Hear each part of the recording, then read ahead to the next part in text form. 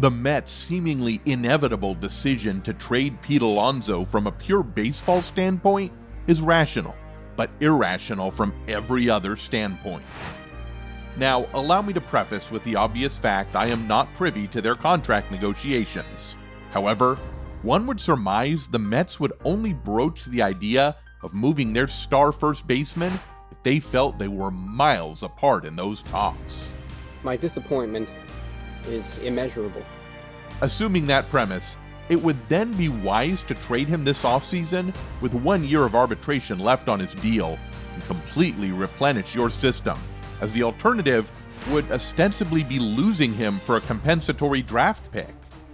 The shipping out of aces Justin Verlander and Max Scherzer also prompts a move like this, given it will be exponentially more difficult to be competitive next year, let alone win the World Series, which owner Steve Cohen promised in his opening press conference. Woo! Also, if he is in fact asking for an unreasonable contract, one far eclipsing a Paul Goldschmidt 5-year, $130 million contract, then obviously it would be another reason for it to be optimal to move on. Got it. So I'll grant the Mets taking into account the facts at hand, and they are in the process now. I'll co-sign their sentiment to trade Pete Alonso. But, huge but, however, Mets should have never let it get to this point. Let me tell you why. But hold up. First, if you have enjoyed this video, do us a favor and smash, hit, or click that sub button. Woo! Alright, one baseball reason, and one reason that, well, I'll tell you in a second. Listen to this, man. Pete Alonso, since broaching the league in 2019, has averaged 44 home runs a year, sans the COVID year, of course. That number not only leads the league since 2019, but has amassed the most in totality as well with 186, 19, yes, 19 home runs clear of number 2 in Matt Olson, who, by the way, is on his way to a top 3 MVP finish this year. The dude just flat rakes. Now, my last point of contention as to why the Mets should not have let it get to this point and have already signed him is the sentimental value.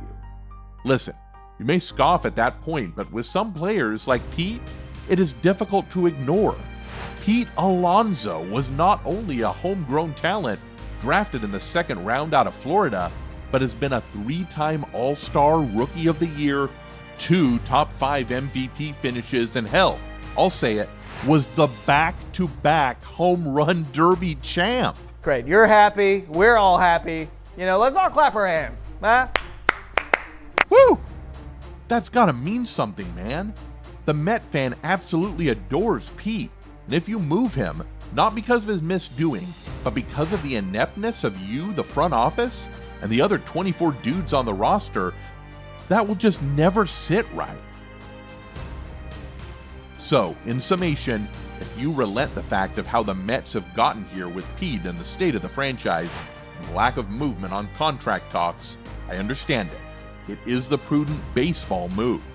However, that doesn't mean we shouldn't lambast, call out the organization for letting it get to this point, where you would be letting 40 home runs a season walk out the door, along with plenty of Mets fans' hearts. Just an unfortunate scene in Queens, man. What do y'all think?